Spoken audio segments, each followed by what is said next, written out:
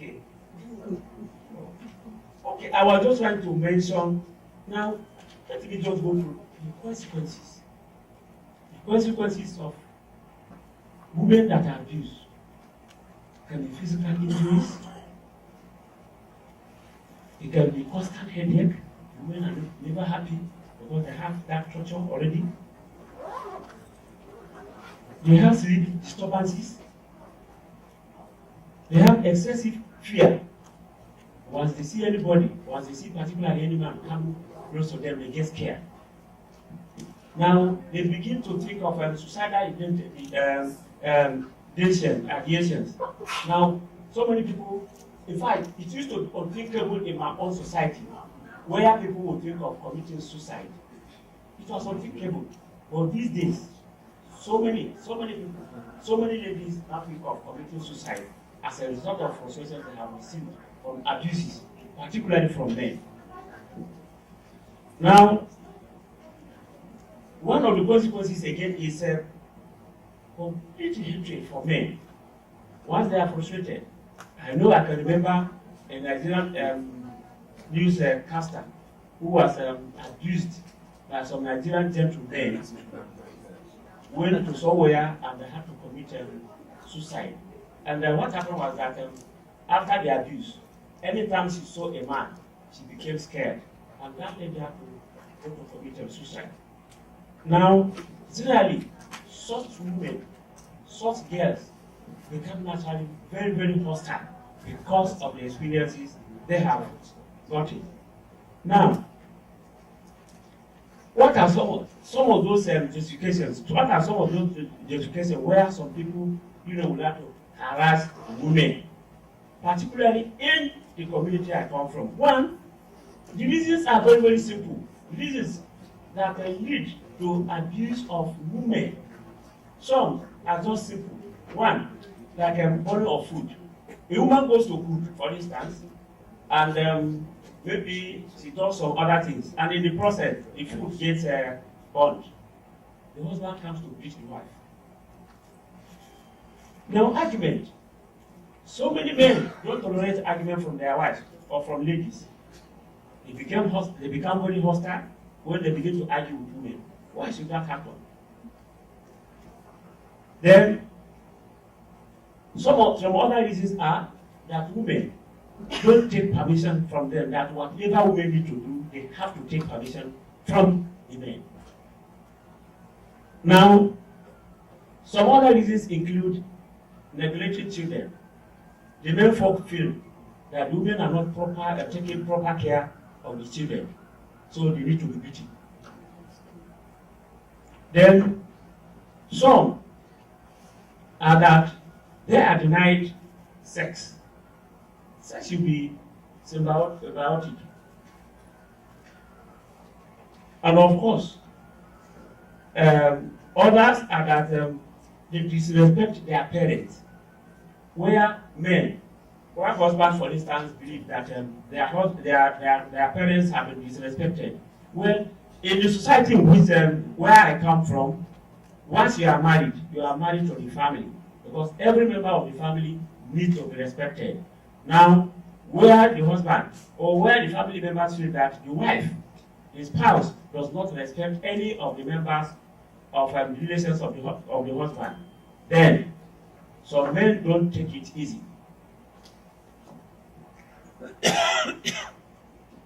And then some other reasons include, some believe that some women are diabolical in nature.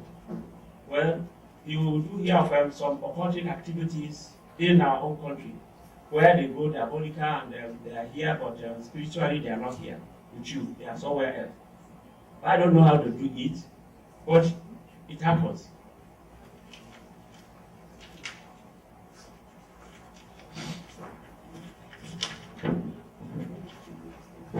I'll just go straight down.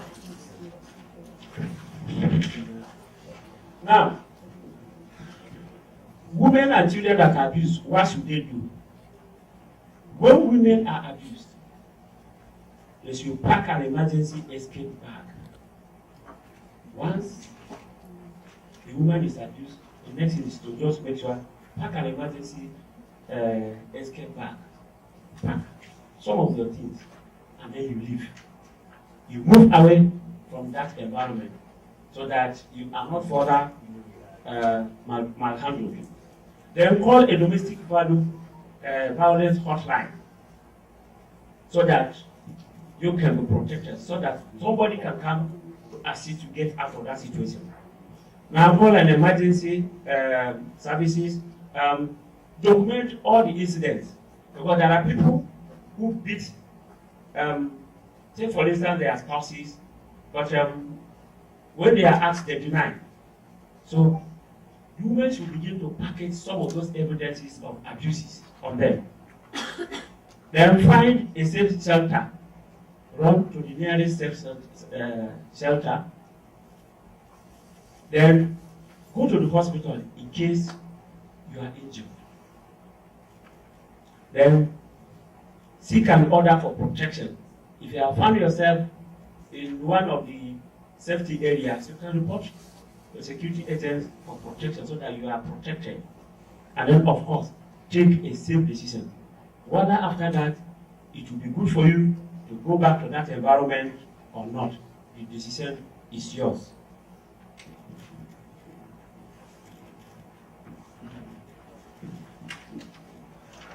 Now, generally, I have enumerated some ways that we can take forward. One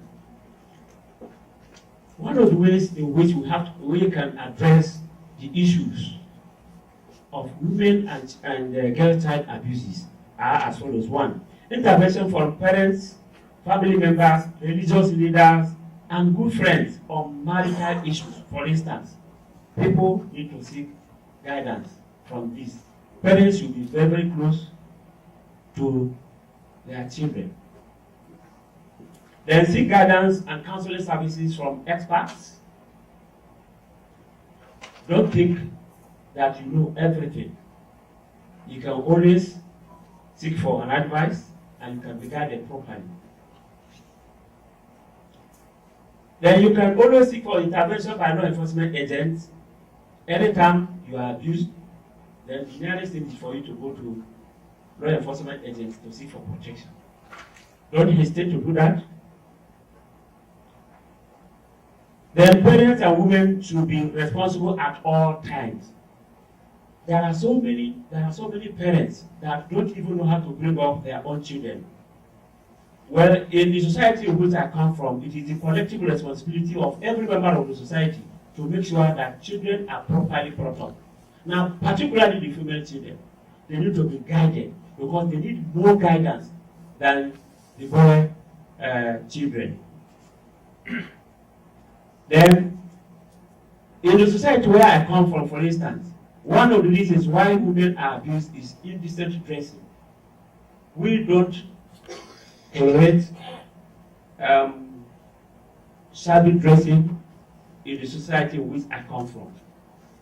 You are not allowed to be in short knicker or you leave your body exposed. In my own society, that is not tolerated. If you do that, you're already prone to abuses by men.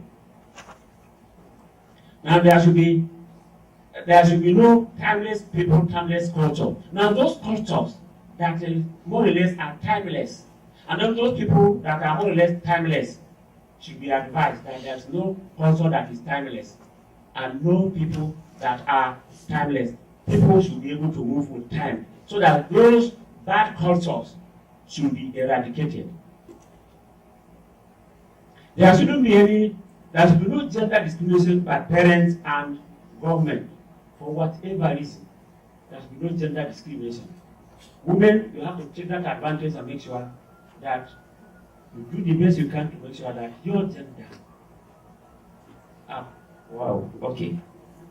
is properly addressed. Then all children must be sent to school for proper education. One of the major, in fact, the whole thing boils down to education. If everybody is properly educated, then people will know what they are expected to do. But unfortunately, you equally found out that even those who abuse women and girl children are some of those highly educated people. In Nigeria, for instance, in the university communities, the ladies, the female students are highly abused in some of our Nigerian universities for examination, for admission, for whatever reason.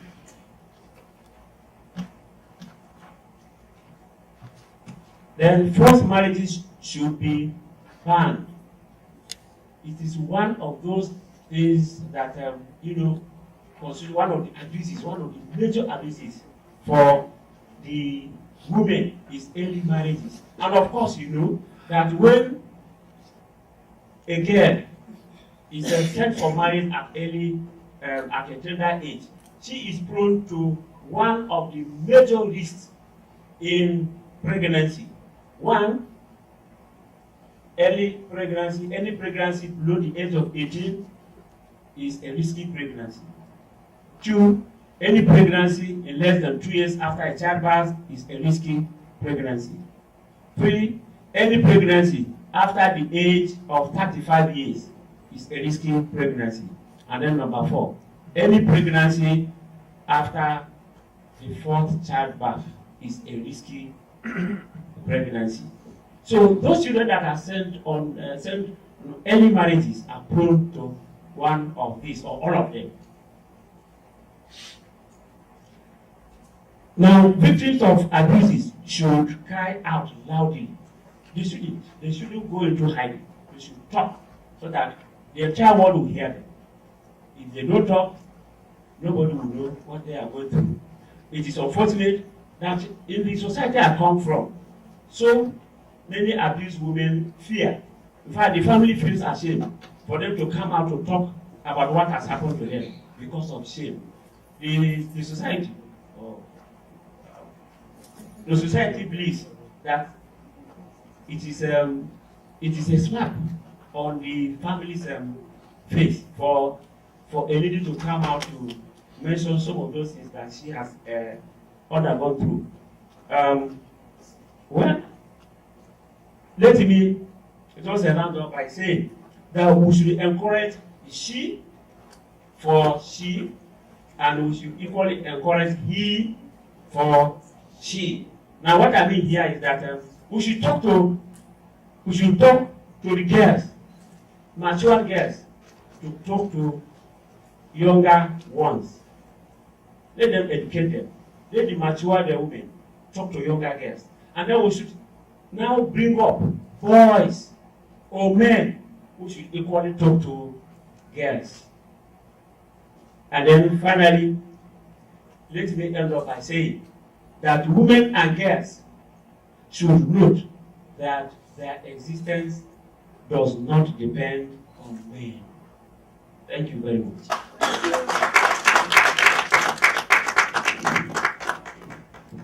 Thank you, Doctor.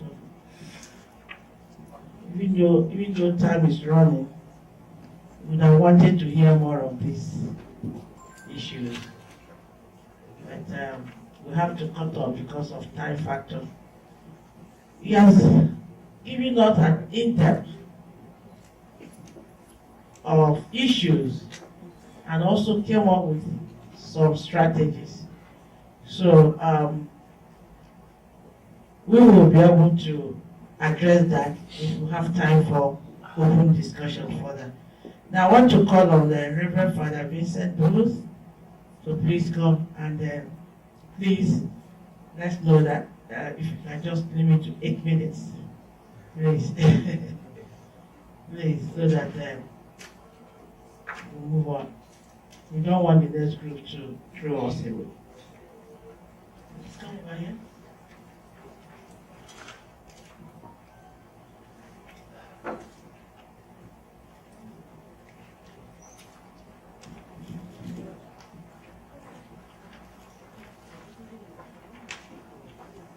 I guess some of you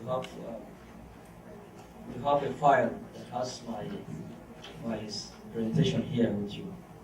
So first of all, thank you so much, Dr. Ada and your team for a good job well done. The Chinese proverb says, the journey of 1,000 kilometers begins with a step. So I just started this, just like a job artist. It's really making an impact. Thank you. I choose to pick and to speak on a particular section of this bigger picture, which I gave the same speech the other time. On when you talk of social issues and protection of women, children, we cannot do without talking about the gender pay gap. Gender is a big issue. Gender inequality. I choose to speak about men versus women. First of all, what is gender pay inequality or gender pay gap? What is it about?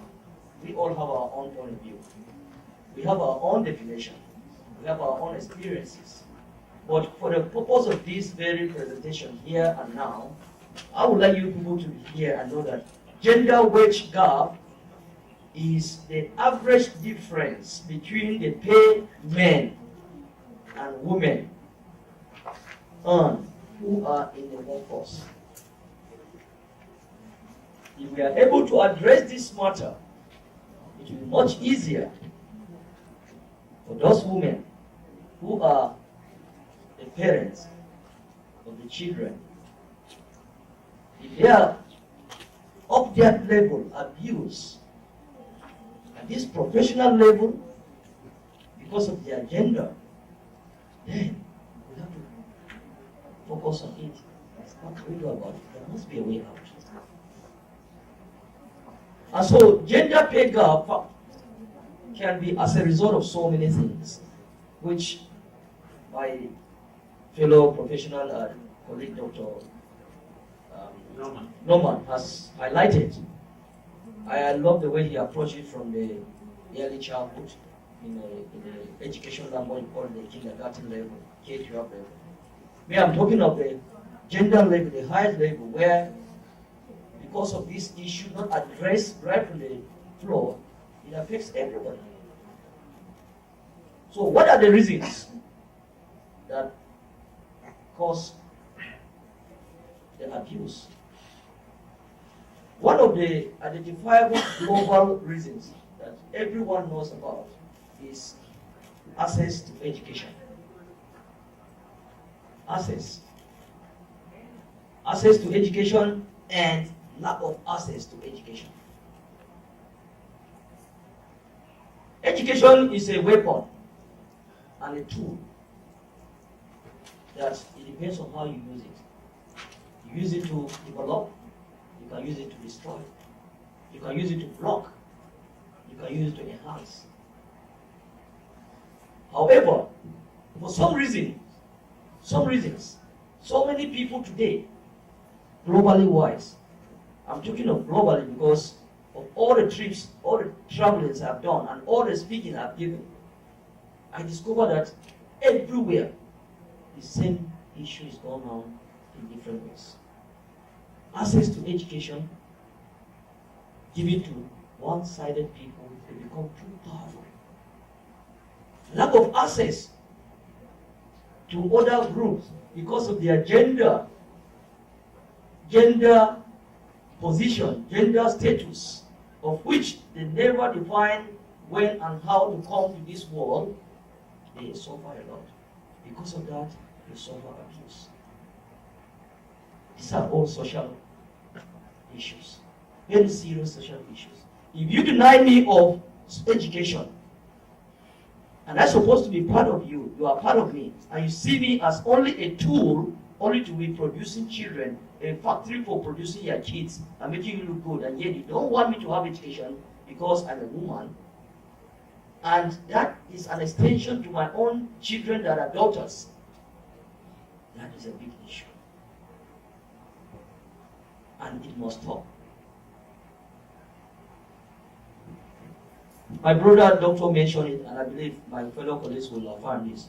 Culture, tradition is a big issue that creates bias against women. And culture cut across every country, every tradition, every region. Shortly before we started opening remarks, she mentioned something about the Catholic Church. One thing with the Catholic Church, the more you see, the less you understand. And there are certain things that can only be taken care of with prayers and when God comes. Because that issue you raised is a big thing. And it's very tough. That's why till today, still gender issue, Reverend sisters are professors, doctors, engineers, the best you can imagine. Some of them are even more stronger and spiritual than the priest, the bishop. But guess what? Till today, no woman is allowed to be ordained a reverend father or a reverend sister to pray the Lord.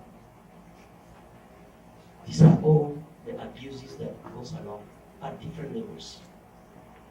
Culture, tradition, it's a big issue. These are factors that create problems globally, all over, regardless of wherever you are as a woman. And this must stop. This must stop. Work experience. Work experience. Everywhere you go, oh, you don't have experience.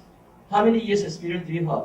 You want to be an accountant? You want to be a director? You want to be an ambassador? You want to be general, a director general? No. What experience do you have? The point I'm trying to make here is that how can you have experience when you are not given the opportunity to have the experience? How? When the opportunity is given to only the privileged few and based on gender, how can you perform miracle to have the experience that is needed for you to break the ceiling? It's an issue. We don't have too much time. We have gone into basic details. Now, I always like to share with my colleagues who have known me and they've listened to me. In a 2017 Pew Research Center survey, about 4 in 10 working women, which is the 42%, they said they have experienced gender discrimination at work. And compared to 2 in 10 men, which is just the 22% of men, that gap is too big. It's too big. We cannot just keep quiet. We cannot pretend that it's not happening. Because it's not in my comfort zone. We just keep quiet now. We have to work together as a team. Girls and women access to education are limited. Girls are more likely to never enter primary school than boys. Especially, he was referring back to his culture. I am a Nigerian, born and raised from Nigeria. I am from northern Nigeria, from Kaduna. I'm Hausa. My culture, there are so many things that he spoke which I really knew about what he was talking about. Like I shared the other time with the first time I made speak. My mother, she never had any school. She never had. When my father went to school, mission school, the first missionaries that came. And because of that, he became more superior to her. But yet she had all of her children. She had all the children. And because of that, she said, whatever you do in life, you as my last child, the number 12 of 12 children, I want you to make a difference in another child's life, especially the girls. She had all her children without hospital, in a local home. They suffer a lot. You need to see what African women especially are going through. They are the ones that farm, they cook, they have babies, they raise babies. So much is going on. So much abuses are going on. We can do without this. We can stop these things. There's no problem. Despite effort to improve literacy, over half of the children out of schools are girls. Go to Nigeria and see, especially where I come from. I believe my brother doctor and my sister will confirm that. So if you look at the statistic all over the world, I wish I had a PowerPoint, you would have seen it. See, you can imagine, look at the cycle. 12,000% globally wise. And look at the different 21,000 statistics worldwide economic forum. Can you see the gap? These are facts. These are realities. Not just talking about theories, but these are facts. So my dear brothers, gender pay gap has a negative impact. It creates poverty, generational poverty, chain poverty. It creates financial security. When you have no money, you have no access to health, to medical care, you have no access to even buy the basic thing that you wash your hair as a woman. It creates insecurity. We've already mentioned those points. Tension, fear. It makes the woman not to trust anybody. It increases the risk of depression. So, because of that, let me conclude. We are looking for strategies. Because we cannot be talking without doing something. Right? So, I challenge every one of you here, and I know so many of you are already into it. Like I have my friend here, my good friend, Dr. Paul Jones. He started something, and he's a very strong advocate of plant a seed to grow. He's doing a lot of work.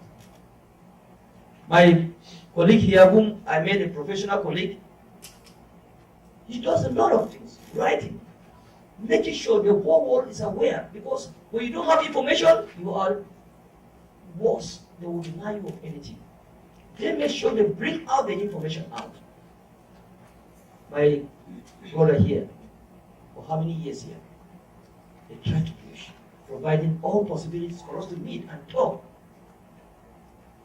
And so these are the ways we can develop strategies to bring and put together and get out and put into action. And so I started a non-profit organization which Ada is aware of 13 years ago called Hobby. I went home, saw small girls like my little niece, 13 years, was forced into marrying a man of 50 years. That thing pained me. Because my uncle could not pay money he rented, so he gave her out. He paid back the money. Can you imagine? That thing almost killed me. So I started this foundation with those 10 girls, and today I have over 300 kids. 300 kids with over 270-something girls. And I built a school, and look at the logo, a mother protecting a baby girl.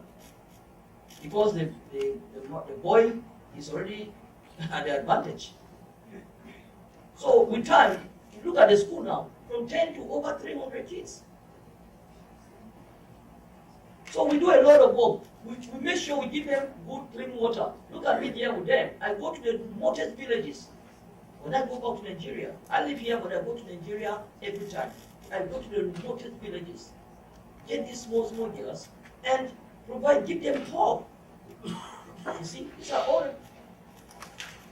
the problems. So please, do something. You don't have to be rich to make a difference, but you can be rich from your heart and reach out to others. Stop the abuse. Do something.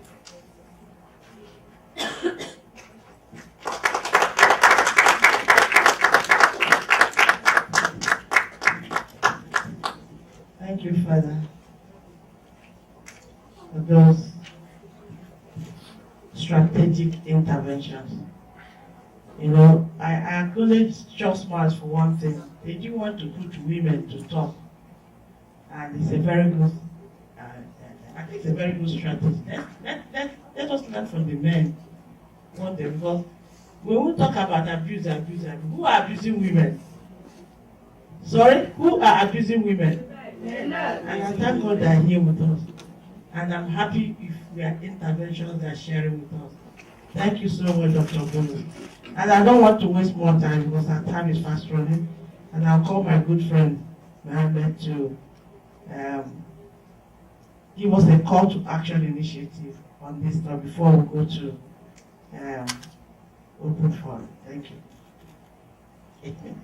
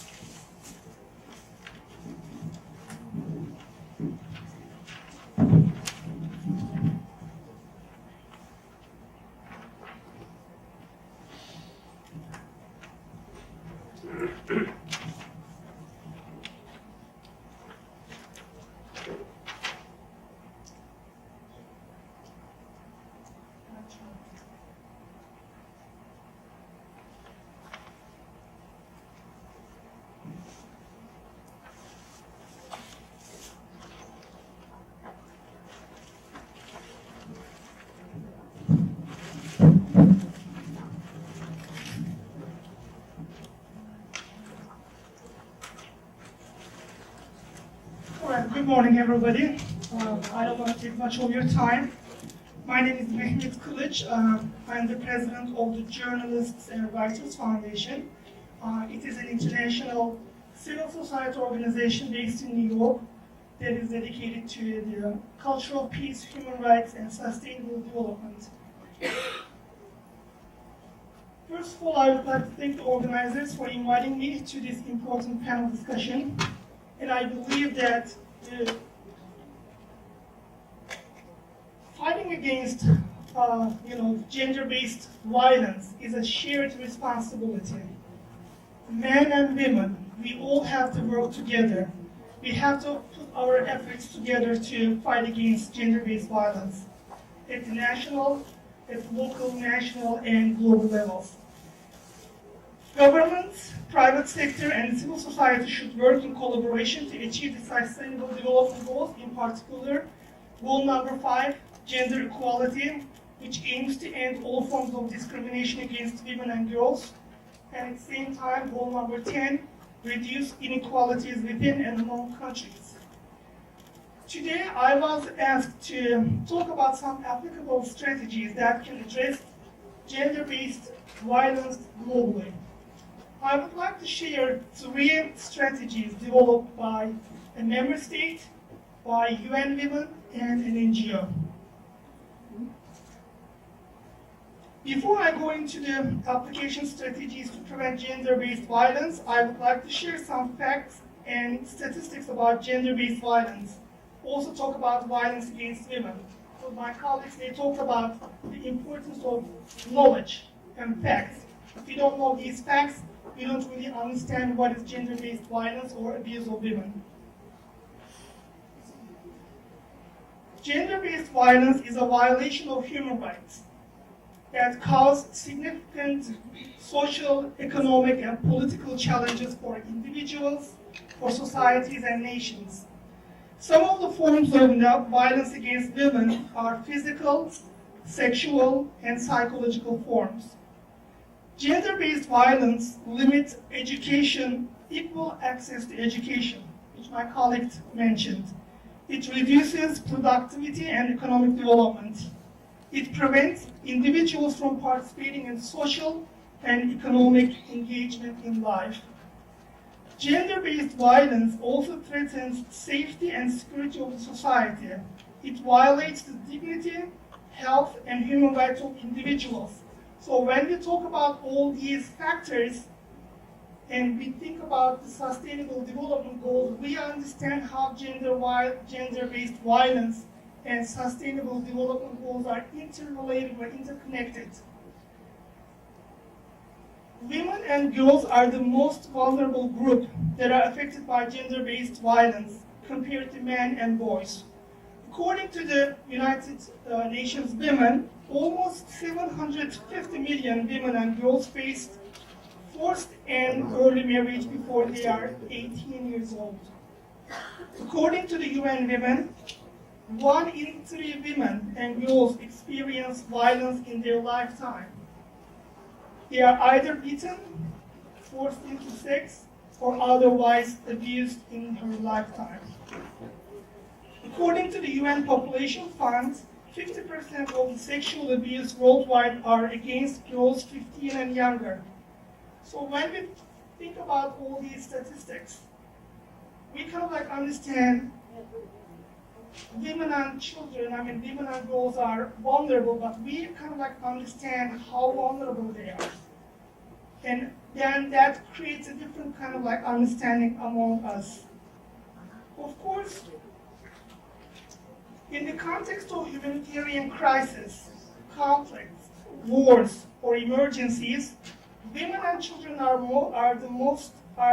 often the most vulnerable groups to exploitation, violence, and abuse because of their gender, age, and status in society.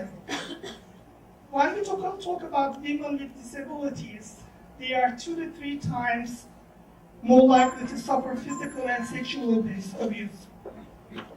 Sexual violence is widely observed during wars and conflicts. When we look at the world, wherever there is war and conflict, sexual violence are at the highest levels. We all know about the Yazidi women, or the women in Syria and Iraq, or the Rohingya women. And when we look at this map, we can kind of like understand where women and children, where women and girls are most violated, because there is a positive correlation between gender-based violence and conflict, wars, and humanitarian crisis. Now I would like to share some of the strategies developed by the USAID. Many people condemn gender-based violence through social media, which is important, but which is the easiest thing to do. We need to go beyond it and take concrete steps to make change in the mindset of the people. We have to make sure that gender-based violence is not a culture, it is a criminal act. The people should view gender-based violence as unacceptable, and people should respond to gender-based violence behaviors through social media and ensure accountability. The US strategy has 3 principles which I would like to share. The first one is prevention of gender-based violence from occurring in the first place. So we have to take preventive measures before it happens. And the second principle is protection from gender-based violence by identifying the survivors and providing services to survivors once the violence occurs. So it is important to provide services to the women and girls who are survivors of gender-based violence. And the third strategy is accountability, that we have to hold governments, local officials accountable to ensure that perpetrators are prosecuted and to end impunity by strengthening legal and judicial systems. Sometimes, like all these perpetrators, they do whatever they do, and then they go, yes. And the third one is the UN Women.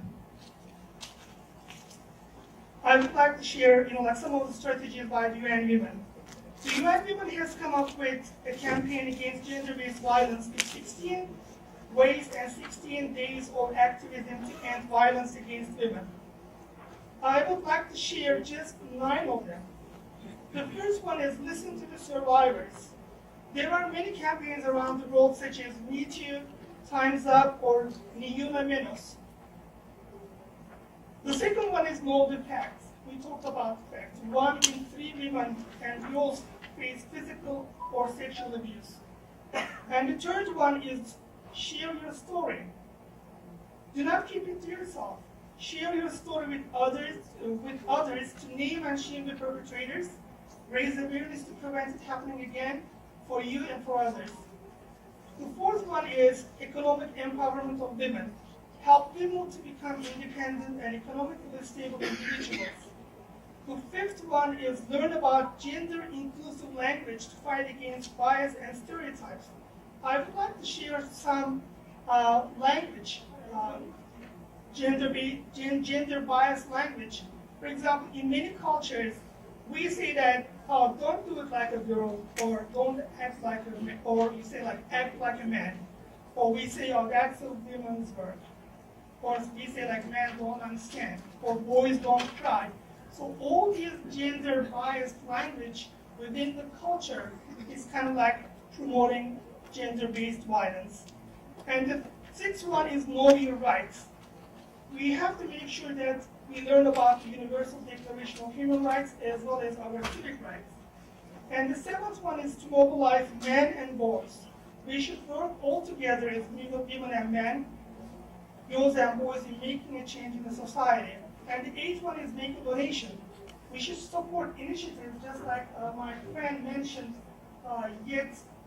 Opiate, right? Opiate. So these initiatives kind of like empower women and girls in vulnerable areas. And then the last one is spread the word. Use your platforms, interact, communicate with others through social media, and raise awareness on gender-based violence. And my last slide is about our Young African Leadership Initiative.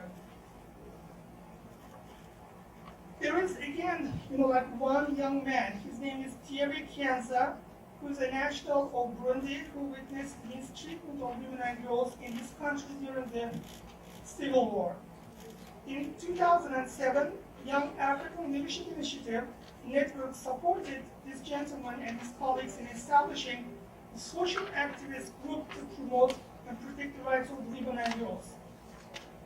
Kajiniza and his colleague come up with 8 strategies to stop violence against women and achieve gender equality. The first one is create and enforce laws that protect women and girls from discrimination and violence. The second one is educate community members on responsibilities under international and national human rights laws. Promote peace and reconciliation by including the perspectives of women and girls. When we go into conflict zone, we say women and girls are the most vulnerable ones, but when it comes to finding solutions, we don't have representation of them. The next one is strengthen women's economic empowerment. The fifth one is eliminate early and forced child marriages. The next one is highlight the value of girls' education and women's participation in economic development. And at the same time, participate in the political process and help make awareness on the poor conditions of women that face in rural areas. We can come up with many different strategies to fight against gender-based violence, and I'm looking forward to hearing your feedback and strategies that you would like to share with us. Thank you.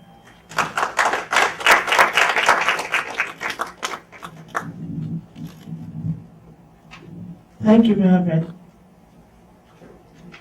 One of the gender advocate. In this CSW, they had more than 10 side events discussing about strategies to help women overcome abuse and violence. So thank you for that intervention. We just have less than 10 minutes to leave this room, and I want to bring 3 women to share stories of their experiences with me. And I just give them 1.5 minutes, please. Cut your story to 1.5 minutes. I want to call Barbara. You want to? She is share your story and Kia ora, good morning. My name is Barbara. I'm from New Zealand. I'm from the Business and Professional Women, and I'm the past president of the National Committee of United Nations Women in New Zealand. Thank you for the privilege of saying a few words in 1.5 minutes. New Zealand is a developed country and has got one of the worst statistics in the world, second only to the United States in terms of violence against women. And the story that I would like to share with you is the story of a person that is a migrant from Nigeria, came to New Zealand, and found herself in a new country with new hopes, and with a situation of having to find herself into an abusive relationship with a Kiwi man, with a New Zealander man.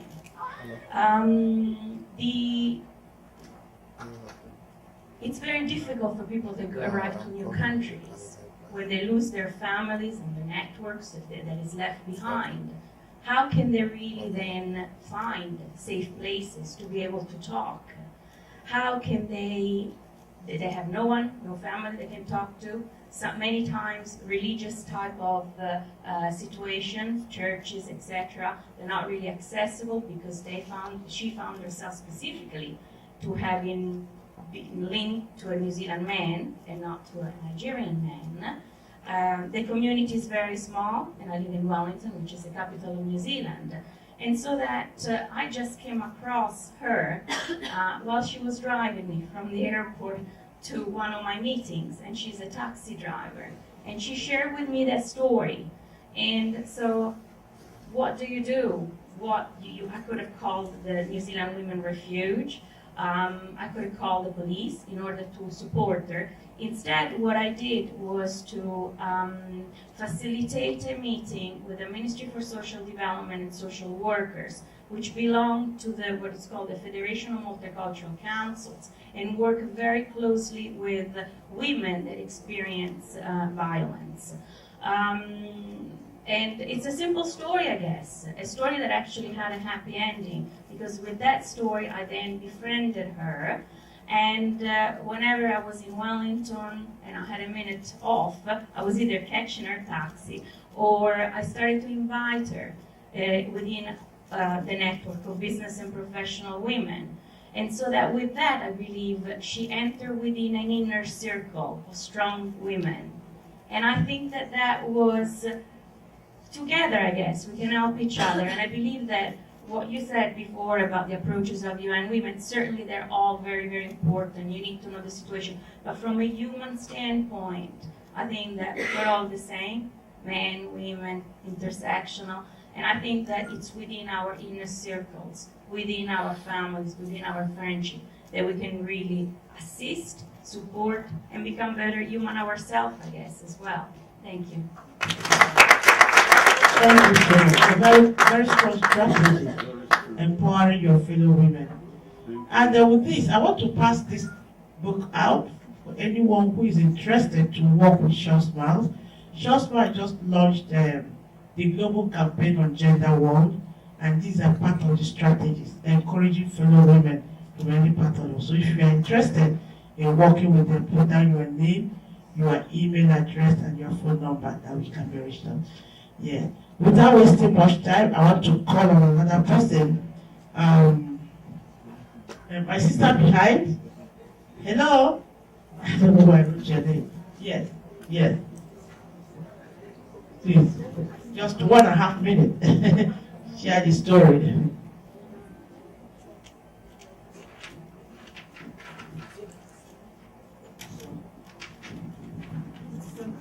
Hello to everyone. My English isn't good enough. Excuse me. I'm from North Caucasus. I'm Laura. We work with young women, especially young girls, and in project Young Women's Development Group.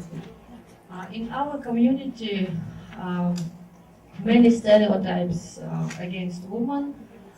If women are in abuse, she provoked men, she had careless behavior, and it's very difficult for our girl and woman be back her respect from community. And if something with girls, something bad with girls, our community can say her mother is bad. If a girl in sex, girls are sexful, our community can say, wow, they have very good fathers.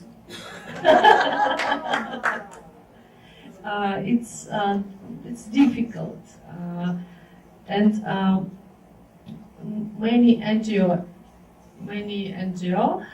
organizations and women leaders try to help our girls, our women to have to know their rights, be free, have education and leadership skills. Thank you. Sorry, my English. I think you had everything you said. Thank you so much. Yes, I want to call on the last person, Dr. Tina Rono, please. 1.5 minutes. And then from there we'll round up. Yeah. If you are interested, raise up your hand and don't go to pass it out. We have everybody. Let me start on the existing protocol. I'm Princess Tina Rono from Nigeria. I want to speak on the way our women are being marginalized and maltreated, deprived of their positions, which is so bad. And Short Minds has gone a long way to make sure that these women are retained from these ugly trends. My story goes like this. That's the woman got married. That's happened in Anambra State. She had the first child. The child happens to be albino. I don't know what we call it here. Albino, yeah. So, and the problem started. The husband always nagged him, tell him that he has to tell him where he got this pregnancy. And it became a sad story. As if that wasn't enough, the woman gave birth to a second child, a girl, another albino. In fact, that issue raised the family and place. I tried as much as I could, counseled the man, did everything humanly possible. The man couldn't agree. At the time, so people have to go for DNA test to know where this is their blood actually. They went to Lagos, came back, they didn't come back with the result. And the man insisted, I said, but you are a learned man, you're a barrister. How can you go for tests and could not get your result? The result you paid for, we could not collect the result. So I don't know what actually was happening. So and this is not enough. I couldn't handle something alone. I beckoned on their people, 2 people from the woman's side, 2 people from the man's side. And we sat, we met and discussed at length. At a time, it became horrible. In fact, they wanted to kill themselves. So we resolved there and there that we have to separate the marriage. The woman has to leave that town. For now, as I'm talking to you now, the woman is right now at Oka, while the woman lives in Onisha. So I was able to secure a job for the woman so she can be able to be taking care of the kids. But we mandated the man that he should pay the school fees for those 2 kids until that problem is resolved. So we intend to go for another test. The man said he doesn't have the money. I said, okay, I have to pay. I want to see the end of this problem. So that we are not going for that test. Probably by the time I go back to Nigeria, we go back to Lagos for the DMDA test, and I will pay for that test to confirm the origin of this children. So you see, at least now this lady is out of the husband's house. Dr. Noah said that men, that our existence does not depend on men. Yes, it's true. But you know, our culture is like dependent on our husbands. And when you drive a woman out of the husband's house, she feels humiliated. So all these are most of the problems that our women suffer. Just a woman giving birth to a child which is not her own making. And you can see the problem is also in the family. And not only that, so many problems arise in the families. A woman, the husband will die, the husband, the relations will take everything away from the woman, and she will suffer. So all this is what we are fighting for. Thank you very much, and God bless you. Thank you, Dr. Warren. I think everything still revolves on helping solutions for women to overcome abuse situations. I wouldn't want us to go into question because our next team are coming in, and I don't want us to be selfish. So, the president, please, Lady Chioma, please, can you give a closing remarks? If you want to be a part of Gender World Initiative, please raise up your hand. I will give you the note to sign it. Thank you. Thank you so much.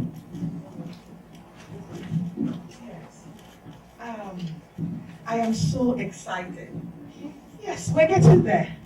Today's outing is quite different from most outings I've been attending because each time I attend, the speakers, the panelists will discuss, and when I'm asked to speak, and I'll tell them, I just listened to what I heard last year.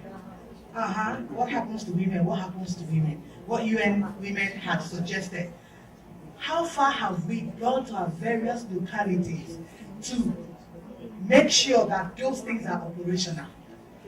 And I insisted that at every session, 1 or 2 people should be given the microphone to come here and tell us, last year I did this, or before I came, I did that, or as I'm leaving by the end of this program, there is one major thing I've discovered, and I will make sure I tackle it with everything I have. And I can promise you by the time I come next year, it will be a different story. If we go this way, I think it's going to be better for every woman. I am proud to be a woman, and it feels good to be a woman. I've got no regrets whatsoever. In my next life, if there is anything like that, I'll still be a woman. And in the next one to come to, the next one, I will still be a woman. Because it's a good thing to be a woman. I've got no regrets whatsoever. And if you're a woman, say ha ha. So it's been an wonderful outing. I love all of you. I thank you for coming out. And we'll be pushing. That's why we launched.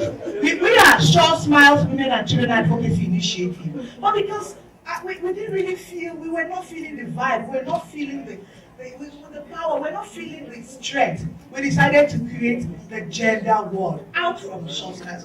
We could pound this thing and pound this thing and pound this thing. Yes, because I feel proud to be a woman. So I am so happy with what has happened. I'm so happy that 2 people came up here and told us what they have done.